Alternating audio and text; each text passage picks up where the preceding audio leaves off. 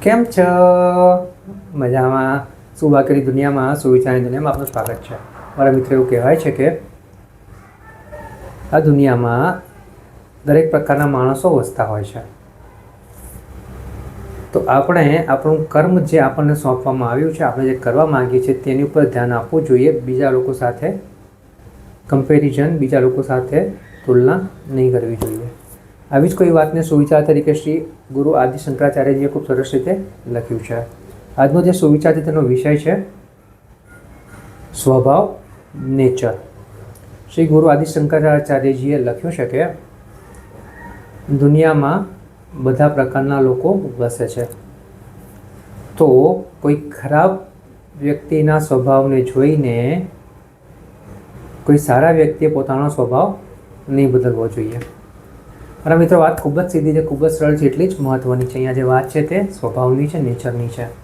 મારા મિત્રો, આજના સમયમાં થાય છે એવું કે જે વ્યક્તિનો સ્વભાવ સારો છે, જે વ્યક્તિનું કામ સારું છે, તે પોતાનું કામ કરતો જ રહે છે. પરંતુ ક્યારેક તેનામાં પણ બીજાની સાથે તુલના કરવાની, બીજાની સાથે કમ્પેરિઝન કરવાની ક્યારેક આદત પડી જાય છે. આના હિસાબે તે પોતાના કામ જુએ છે અને પોતાની સાથેના અન્ય લોકોના કામ જુએ છે. ત્યારે એને એવું લાગે છે કે હું કંઈક વધારે પડતું કરી રહ્યો છું. અને જ્યારે આવો વિચાર તેના દિમાગમાં આવે છે ત્યારે તે પણ ધીરે ધીરે ખરાબ સ્વભાવ તરફ, ખરાબ કામ તરફ, એટલે ઓછા કામ તરફ વળતો જાય છે, કામચોરી કરતો થઈ જાય છે. એટલે અહીંયા વાત ફક્ત એટલી જ છે કે આપણામાં જેટલી ક્ષમતા છે તેટલું આપણે કામ ચોક્કસ કરવું જોઈએ. ક્ષમતાને થોડી વધારવાનો પ્રયાસ પણ કરવો જોઈએ.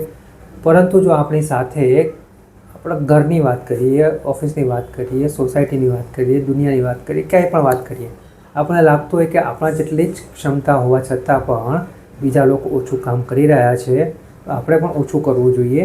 તો તે આપણા પોતાના માટે ખોટું છે. એટલે માટે ફક્ત મારા મિત્રો વાત એટલી જ છે કે ખરાબ લોકોને જોઈને, ખરાબ વ્યક્તિને જોઈને સારા વ્યક્તિએ પણ પોતાનો સ્વભાવ નહીં બદલવો જોઈએ. તે લોકો પોતાનો સ્વભાવ નથી બદલાવી શકતા, તો પણ આપણે શું કરવા બદલવો જોઈએ. અને એ લોકો બદલી શકતા હોય તો પણ આપણે આપણો સારો સ્વભાવ ક્યારેય નહીં બદલવો જોઈએ.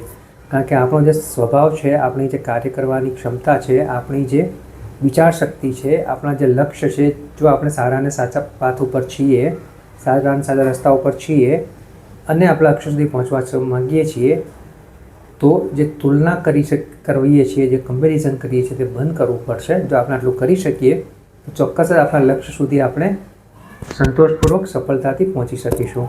બસ મારા મિત્રો, વાત ફક્ત એટલી જ છે કે જેમ કહેવતમાં કહેવાયું છે કે ભલો ભલાઈ ના છોડે, બુરો બુરાઈ ના છોડે, એવી જ રીતે આપણે પણ આપણી ભલાઈ નથી છોડવાની. બસ આટલું કરી શકીએ તો આપણે આપણા જીવનમાં કંઈક સારી પ્રગતિ કરી શકીએ છીએ, સારો વિકાસ કરી શકીએ છીએ.